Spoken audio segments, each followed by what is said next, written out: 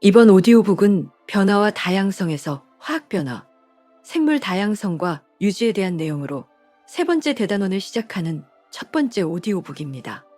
이 단원은 초등학교 5학년 6학년의 상과 염기, 연소와 소화와 연계되며 고등학교 화학원에서 역동적인 화학 반응, 화학2에서 반응 엔탈피와 화학 평형과 연계됩니다. 과학과 교육과정, 이 단원에서는 지구 시스템과 생명 시스템이 화학 반응을 통해 끊임없이 변화하고 다양해져 왔음을 파악함으로써 자연의 변화를 이용하는 창의적인 방법을 탐구하려는 태도를 갖도록 합니다. 자연계의 여러 시스템을 구성하는 요소들은 상호작용을 통하여 끊임없이 변화하는데요. 이러한 변화는 무질서하고 무작위적인 것이 아니라 일정한 규칙을 따르며 예측 가능한 변화의 양상을 나타낸다는 것을 파악할 수 있습니다.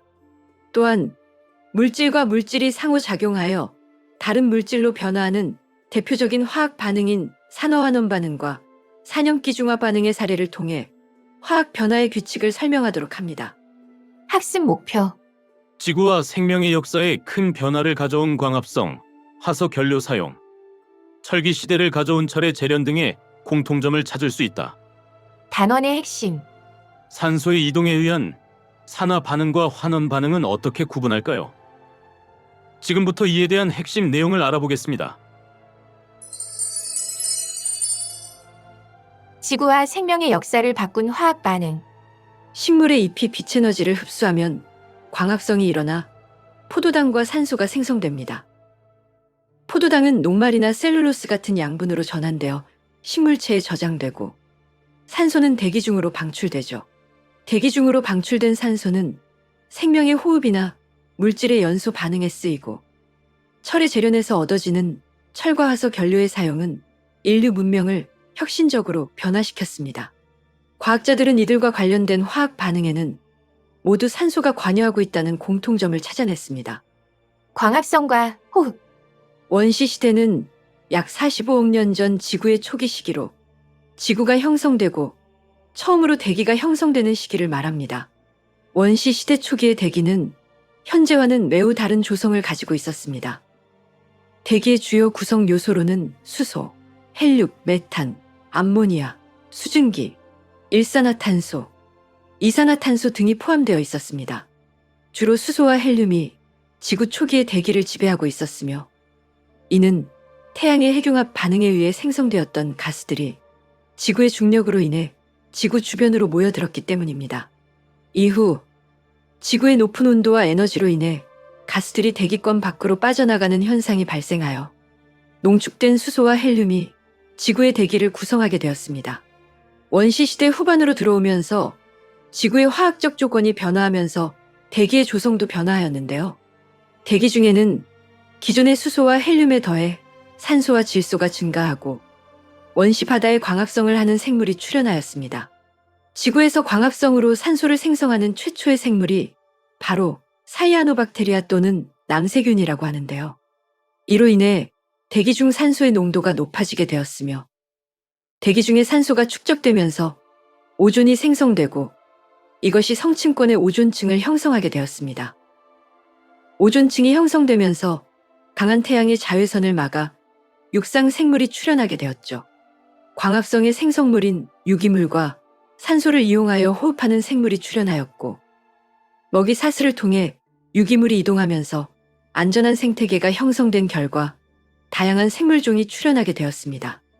광합성과는 반대로 세포호흡은 포도당과 산소로부터 이산화탄소와 물이 생성되는 과정에서 에너지를 얻는 반응인데요.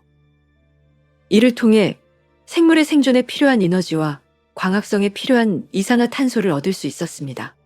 연소와 화석 연료의 사용, 화석 연료는 지질시대 생물의 유해가 땅 속에 오랜 기간 열과 압력에 의해 변성되어 생성된 석탄, 석유, 천연가스 등을 말하며 주성분은 탄소와 수소입니다. 탄소와 수소가 주성분인 화석 연료를 연소시키면 이산화탄소, 물과 함께 열에너지가 발생하죠. 인류가 연소 반응인 불을 다룰 줄 알게 되면서 인류의 생활은 크게 변화하였습니다. 먼저 연소 반응으로 발생하는 열을 이용하여 음식물을 익혀 먹음으로써 전염병을 예방할 수 있게 되었고 난방을 할 수 있게 되었습니다. 이후 화석 연료를 연소시킬 때 발생하는 열에너지를 이용해서 산업과 교통이 발달했고 특히 석탄은 증기기관의 연료로 사용되면서 산업혁명의 원동력이 되었습니다.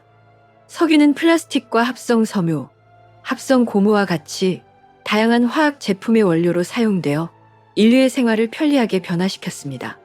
철의 재련, 용광로에서 철광석으로부터 순수한 철을 얻을 수 있게 되면서 인류 생활이 매우 편리해졌죠. 산화철이 주성분인 철광석에 코크스를 넣고 이를 반응시켜 철에 결합되어 있는 산소를 분리시키고 순수한 철을 얻는 과정을 철의 재련이라고 합니다. 철은 강도가 높고 비교적 가공이 쉽기 때문에 무기나 화폐, 농기구 등을 만드는 데 이용되었습니다. 철을 이용할 수 있게 되면서 농업 생산성이 높아졌고 문명이 급속도로 발전한 철기 시대를 열었으며 지금도 철은 매우 다양한 분야에 이용되고 있습니다. 산소의 이동에 의한 산화환원 반응, 산소는 주기율표의 16쪽에 속하는 원소로 상온에서 기체 상태입니다. 다른 원소와 잘 반응하여 지각에 가장 많이 존재하는데요. 지각에서는 다른 원소와의 화합물로 존재합니다. 바로 이 산소에 대한 이야기인데요. 산화환원에 대해 알아보겠습니다. 어떤 물질이 산소와 결합한다는 것은 산소와 화학 결합을 했다는 것입니다. 산소는 주로 다른 것에서 전자를 얻으려 하는 경향이 뚜렷하게 나타나는 물질인데요. 산소와 결합하는 물질 입장에서는 산소가 전자를 얻으려 하기 때문에 전자를 잃게 됩니다. 이렇게 해서 이들이 결합한 물질을 산화물이라고 부릅니다. 산화된다는 것은 산소와 결합하는 것이 되고 산소와 결합하기 위해서 누군가는 전자를 잃어야 합니다. 이를 통해 산화는 산소를 얻기도 하지만 전자를 잃는 과정과도 같습니다. 또 환원이라고 하는 건 이것과는 반대 과정이기 때문에 산소를 잃는 것은 전자를 얻는 것이라 할 수 있습니다. 보통 산소의 이동은 어려워하지 않지만 전자의 이동에 의한 산화 환원을 어려워하는 것 같습니다.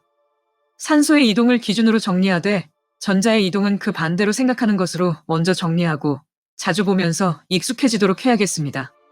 산소의 이동은 화학 반응식에서 산소의 이동을 명확히 알 수 있는 경우가 많습니다. 석탄을 연소하는 경우와 철을 재련하는 경우, 그리고 광합성과 호흡을 차례로 살펴보겠습니다. 석탄을 연소할 때 탄소와 산소가 만나면 탄소는 반응 후에 산소를 얻어 이산화탄소가 됩니다. 이때 탄소는 산소를 얻었기 때문에 산화되었고요. 산소는 환원되었습니다.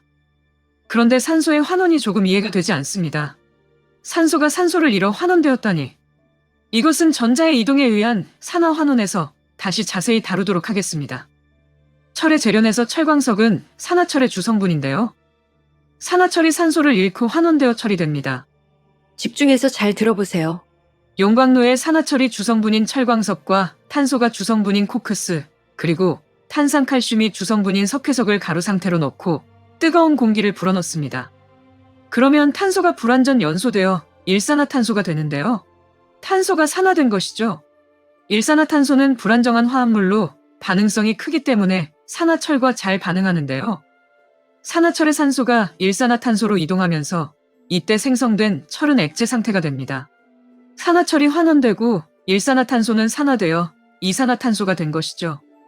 용광로에서 석회석은 열분해되며 이때 생성된 산화칼슘은 철광석에 포함된 불순물인 이산화규소와 반응하여 슬래그가 됨으로써 생성된 철과 분리되죠. 물론 이 반응은 산화환원 반응이 아닙니다. 생성된 슬래그는 보통 우리가 찌꺼기라고 표현하는데요. 슬래그는 철보다 밀도가 작아 철 위쪽에 모여 제거되고 화학 반응을 통해 발생된 이산화탄소는 배기가스를 통해 배출되죠. 광합성은 식물이 빛에너지를 이용해서 이산화탄소와 물로부터 포도당과 산소를 생성하는 과정입니다. 이때 이산화탄소는 산소를 잃고 환원되어 포도당이 되죠. 호흡은 생물체 내에서 포도당이 산소와 반응하여 이산화탄소와 물을 생성하는 과정으로 이 과정에서 발생하는 에너지는 생물이 살아가는데 필요한 에너지원이 됩니다. 이때 포도당은 산소를 얻고 산화되어 이산화탄소가 됩니다. 산화와 환원은 항상 동시에 일어납니다. 왜냐하면 산소를 포함하는 물질과 산소를 포함하지 않는 물질이 반응할 때 한 물질이 산소를 얻으면 다른 물질은 그 산소를 잃게 되기 때문이죠. 화학식이 아주 복잡하더라도 산화 환원 반응을 잘 찾아낼 수 있는 방법이 있는데요. 어렵지 않습니다. 먼저 반응물 중에서 산소와 수소를 제외한 다른 원소를 찾아 표기하고 반응 후 생성물에서 산소를 얻었는지 잃었는지만 확인하면 되겠습니다. 간단하죠? 마무리. 단원의 핵심. 산소의 이동에 의한 산화 반응과 환원 반응은 어떻게 구분할까요? 물질이 산소와 결합하여 산소를 얻으면 산화, 산소와 분리되어 산소를 잃으면 환원이다. 원자 원소 분자 이온에 대한 자세한 설명과 전자의 이동에 의한 산화 환원 반응에 대한 내용은 다음 오디오북에서 이어집니다. 원자나 이온이 무슨 뜻인지 아직 정리가 되지 않으신 분들은 다음 오디오북을 꼭 들어주세요.